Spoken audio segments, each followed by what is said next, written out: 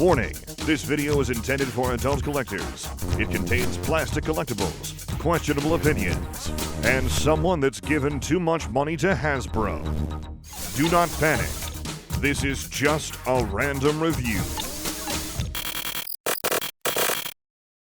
Before we begin, thank you very much to Soundwave44 ASMR for joining the Patreon campaign. Thank you very much.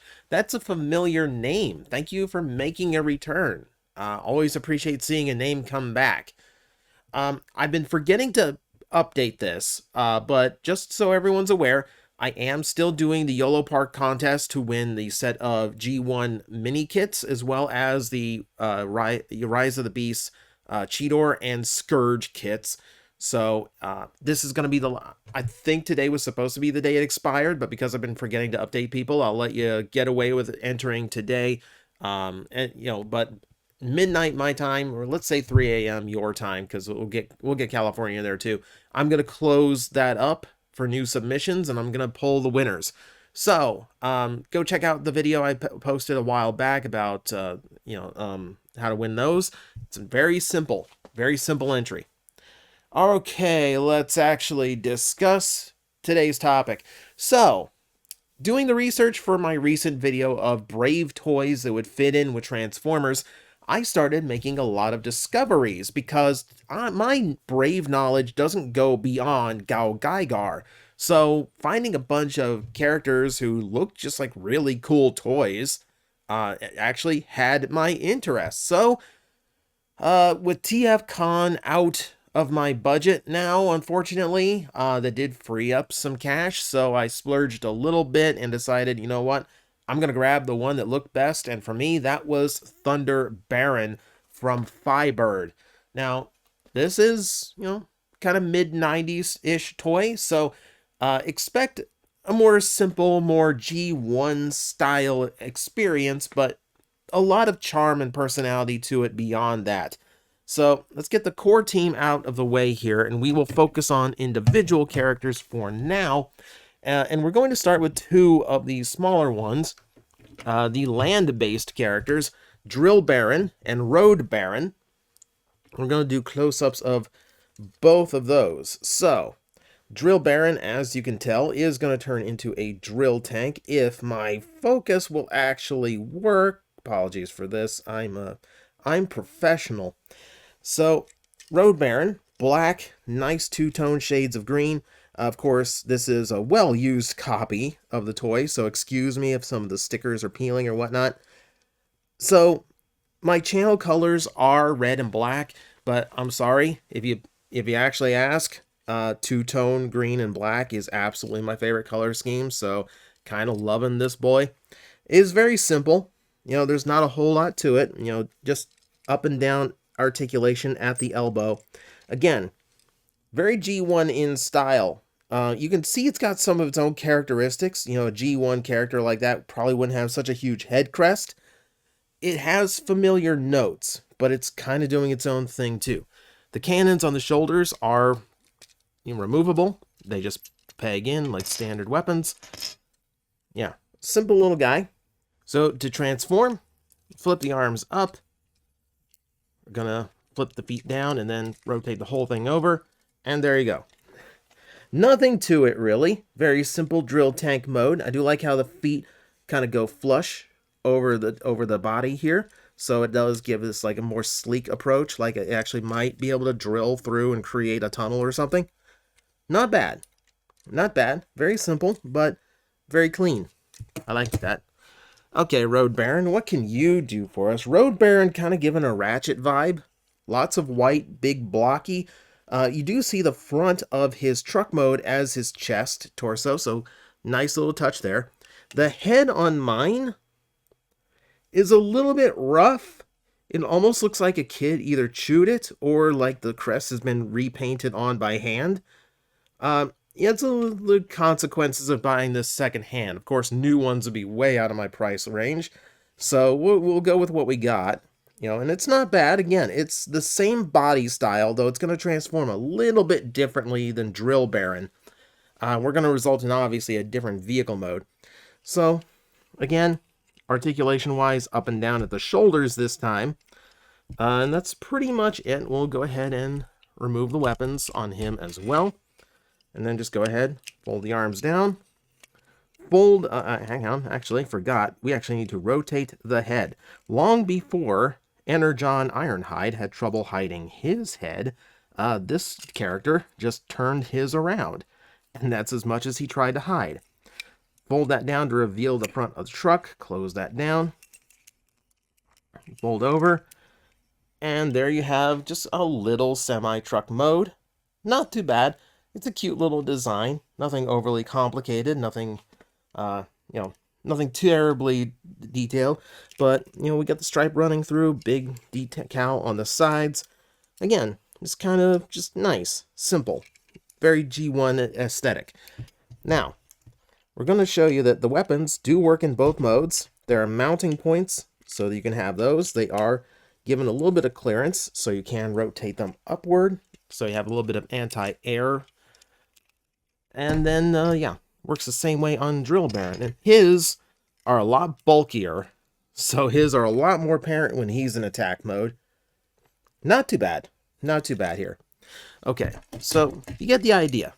It's very much on the level of G1 style combiner teams. I would equate them closer to like later G1 combiner characters, more along the lines of like Abominus, like Terrorcons. Or I guess with these kind of alt modes, you're looking more at Technobots more than anything. But we're talking scale is what I mean. And speaking of, let's bring in the two non-land versions.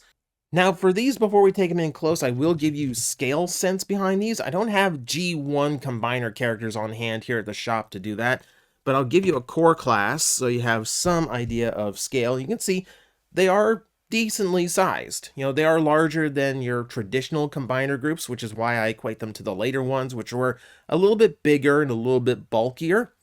Even that, though, they're still going to be a little bit bigger than those by comparison. So that's a little bit of scale for these, and we'll have scale examples for everything else as we go. But for now, let's look in and focus a little bit more on the non-ground members, starting with Aqua Baron. And I'm going to admit, Aqua Baron is a little bit plain. Even, like, I don't know how many stickers I'm missing on these guys. It seems like most of them are there. Even then, man, I need some other color to break up all this orange. Something, anything. His arms are the same color, his thighs are the same color. It is just a lot more plain than the others. Yeah, the head's nice. We have a little bit more of a familiar Transformer vibe to this one with the visor and the mouth plate, but again, that crest is what separates it out. So, it's okay. It's okay. The nice thing about this one is that it is a rare aquatic vehicle. So, let's close out the arms like so. We'll flip that forward. I do like how this one works. Sky Baron's not going to do this, but to where this, like, the head stays where it's supposed to go, and then just rotate this part as needed. Nice little touch. Flip the wings out like so. Close it down. And there is what they are calling a submarine mode, despite the gigantic wings on it. I don't know how well that would work in the water, but here we are. It's nice that they put in an aquatic figure. It manages to get in all different forms of transport, aside from outside of like a space vehicle. There's no space vehicle, but we've got the roads covered, we got underground covered, we've got the sky covered, this covers the sea. So yeah, it's not too bad. I mean, you can see here in the back, where some of the submarine detail kind of stands out a little bit more. And this mode, despite these starting to peel off and missing a couple, works in a little bit of gray on the stickering, which would have helped a lot more in the robot mode. But I guess it does make a very tight and very solid looking vehicle. You do get a bit of gray with the torpedoes that mount on his side, so you got that going at least. So again, we're dealing with simple stuff here. Simple of the, very much of the era. And then Sky Baron. Now we're dealing with our jet of the team. Again, we are down to simple articulation, back to just raising at the elbows. You can see his fists are a little bit hollowed in. This is, again, pretty much standard of the combiner designs from the late 80s, so no surprise that they would do this in the mid-90s. Keep in mind with a lot of these, they are not really trying to emulate Transformers or do what they did before. There's familiar notes, and there's definitely familiar styling to it, but really, like, Brave toys were almost counterpoint to, like, Super Sentai, Power Ranger toys, in that you had lots of different vehicles that combined together to form one solid robot. Individual robot modes were a pretty rare thing in Brave combiners, especially a 5-piece. So this, understand, there's going to be a difference in aesthetics here. But he does break up things a little bit better than Aqua Baron, at least, mostly thanks to the arms being white. We're going to fold those arms down right now. Fold the wings out like so. It's the exact same transformation. There's a bit of cleverness to these, by the way. That torso block, you see, is actually the heel of the foot. So they're doing a pretty good job of making, some really efficient parts on this figure. His hinge isn't as good. It doesn't do quite what it's supposed to, but just flip the head back in. And there you're going to have your jet mode. We got a lot more stickering here, a lot more white showing through, and the red detail is a nice little touch just to trim it out. Looking quite good. I really like how the jet comes out. Again, it's mostly the same figure, mostly the same toy as Aqua Baron, but Sky Baron, I think, pulls it off just a little bit better. He's a little bit better in color diversity and just breaks things up and looks a little bit nicer, in my opinion. And that's going to bring us to the leader of the team, which I'm probably going to have to reframe for. No, we're going to get away with this.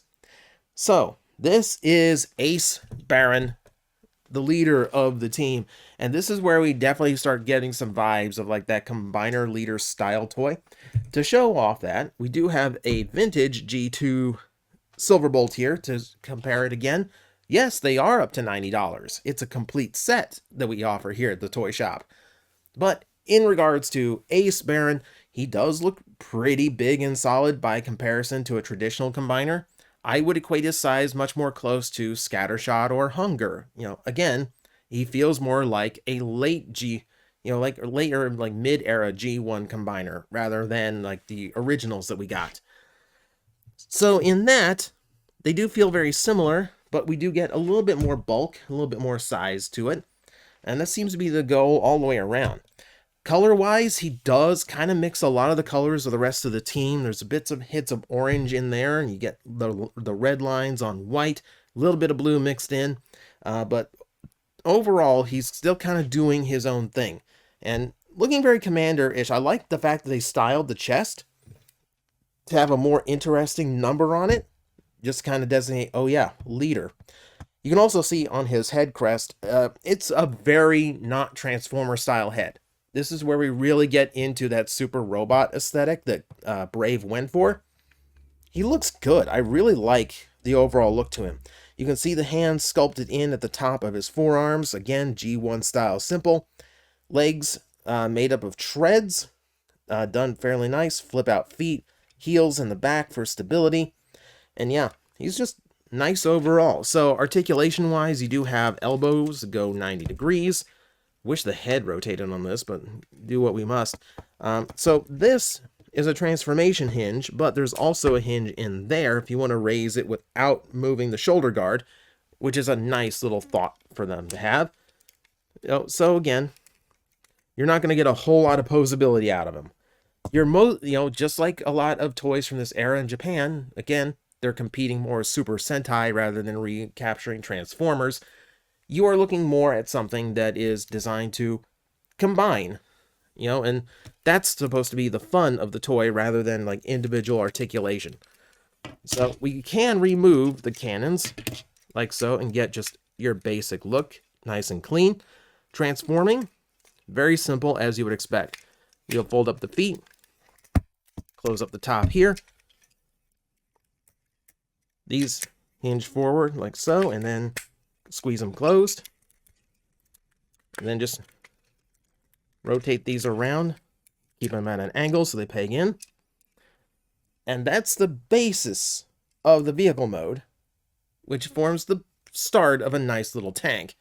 Now, obviously, as tanks go, it's a little bit lacking. I think we need to put the guns back on. You can mount them here at the rear. It gives it a really nice profile, very nice futuristic tank. This looks like something that would take on Godzilla and ultimately lose, but you know, it'd look cool in the process. I like how this looks. Like, I like that all the others are kind of, I was going to say realistic in design, but there's a drill tank in there, so you know, you'll forgive me on that one. But, you know, I kind of like how they have kind of like a semi-futuristic look, and then their leader is just this thing, which is just rolling artillery platform. No semblance of logic. And let's be honest here, it's working around the fact that it's going to be a combiner mode torso. So it is very simple, and you can absolutely see, yeah, it's a torso given treads. But I can't help it. I like the look of it. I like the red striping going down the bottom, kind of lining the tank treads. I like that. You know, I like the semblance of a pair of cockpits in the front. I like the cannons. I like how big they are in comparison to the vehicle. It's just something about it hits me the right way. I'm not even sure what it is, but something about it hits me the right way. Yeah, I'm happy with it. I'm happy with it. And yeah, like, it's got a good heft to it. It's got a good size to it. This is almost feels like smallish Voyager class transformer in my hands. Well, given how small that can be, maybe normal Voyager. Pretty hefty. Pretty hefty, pretty solid feeling too. I'm happy with it. It can roll. The wheels are very squeaky though, and they are just a little plastic wheels, so rolling, aka won't, you know, will roll, not scratch up your table. So this is just like a small thing. You know, like this is just like your basic stuff. We really need to combine these guys so you can really see what they are on about. But here's the thing. We're not going to combine them into a robot. So, we're going to take Drill, and we're going to plug Drill into the front onto 2 clips. We're going to take Road. So we're going to find the tracks that kind of line up on the underside of his vehicle with the big block in the back here. And with that in place, we're going to fold the truck side down. Here is Aqua Baron. We're going to find that port there on the side, and we're going to line it up and plug it in like so. We're going to do the same thing with Sky Baron. Fold up 1 wing, remove 1 weapon, and then find the exact same pegs, line them up, squeeze it together, and you have a combined jet mode. Yeah, Power Rangers doesn't do that very often, and combiner teams certainly don't do that. This is where simplified engineering pays big dividends, because it lets you get away with goofy stuff like this and added play value, and I absolutely love it. There are extra ports in this mode, by the way, so if I wanted to reattach the extra weapons I had to take off, I can absolutely do that to the front. But look at that. I think that's cool. I think that's cool. I've seen Power Rangers combined into vehicle modes before a robot mode that look worse than this. This is actually a nice little flow, and now I understand why the submarine has giant wings. So, very, very cool. Very, very cool. But of course, we want to see the giant robot, right? We want to see the giant robot. We don't want to just play imaginary planes. Okay, let's take everything back off. All right.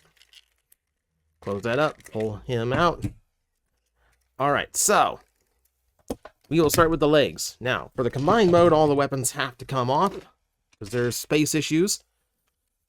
For this, folding the wings downward like so, and then folding that up. Get the head up and the head out of there. We'll do the same thing here. Fold down. Very careful with these old hinges. There's our feet. The clips are offset, so you can't actually put these in the wrong spot. You can only put the Sky Baron on as the left leg, and Aqua Baron only as the right leg. So that nice little safety measure there, so you combine it correctly. Go ahead and remove Road Baron, his guns. Open up this little hatch so we can flip that forward. Then you might have to reach inside and push his port out so you can actually peg it in. Pay attention, line up the hands. Now this one is weird because it can go on either side, so pay attention to the thumb sculpting to remember which side goes where. And we're going to take off the weapons for Drill Baron as well. We're going to do the exact same thing. This time we need to flip the feet in to hide those. Open up the cover, flip that foot out, go inside, push the peg through. Again, make sure the thumb is in the correct orientation. And then to finish it off, we raise the entire torso up to put everything at an angle. Raise the guns up to point forward. And that is our combination, and that is going to give us Thunder Baron in all of his glory. So much glory. I have to move the camera back to fit the whole thing in screen. So yeah, it is very Megazord in combination. Form legs, form arms. You could also equate it, of course, again, to a classic combiner team, though there's a few extra bells and whistles to make it a little bit different. Obviously, it's not doing the Scramble City thing, so you're only going to be able to use each one on individual spots, but there is a benefit to those dedicated locations because it does let you make a much more solid-looking combiner, and if anything, Thunder Baron absolutely looks solid. I love how this toy looks. So, we'll go in close, or as close as we can. I do like the head design with the big wings along it. There is, again, some vague Transformer-esque design to it, but you can definitely tell they were trying to go with something that would compete with Gundam. And that's kind of where the vibe is. Somewhere between compete with the giant robots of Gundam versus compete with the giant robots of Super Sentai, and throw a little old school Transformer flair in there while you're doing it. So that's kind of where the aesthetic lives. I really like how this one comes together. Like the big shoulders and the big extensions off of the chest at the angle. The big heavy set shoulders is a nice aesthetic for me, but even like the head looking a little bit sunken in gives him more of a brutish design that I kind of dig. There is a little bit of chrome on him for that V on his chest. You can see it's a little bit worn on mine. Still looking good, though. Still really like how it turned out. Yes, you're going to make the comparisons, so feel free. Like I said, they were kind of competing with Super Sentai. So the fact that his arms kind of look like what Gal Ranger was doing with its bears, or the fact that, yes, one blue leg, one yellow leg, that's immediately going to make you think the original Megazord. Okay, think what you will, but it is what it is, and it is pretty glorious. Let me, again, I don't have a vintage combiner on me, but I will show you compared to a Starscream, that it's the Voyager Starscream everyone should have at least one copy of by now, just so you can see. He is a big boy. He is quite hefty in design. Very, very, very, very nice. So, a lot more bulk to him than a standard G1 combiner team. You know, again, those differences. Articulation-wise, you're pretty much dealing with what you expect. The arms can hinge up. They are at detented points at 45 degrees, so not a whole lot of position. You do have extra hinges that you can open the arms as well. But again, the fun of this was all the different things the individual points of the toy can do. And again, we're looking more at Power Rangers aesthetic than we are Transformer aesthetic, and it is mid-90s, so we're not looking for articulation. It's just a fun set to mess with. They do quite a bit for a brave series of combining bots and vehicles. Now, the downside here is that, strangely enough, in the jet mode, there's plenty of exposed ports to put all the extra weapons. I really wish there were more to actually combine the weapons into the robot mode, which is a little bit disappointing, because I'd really love to load this guy down with like all the guns at once. We do have a way of him actually holding the guns.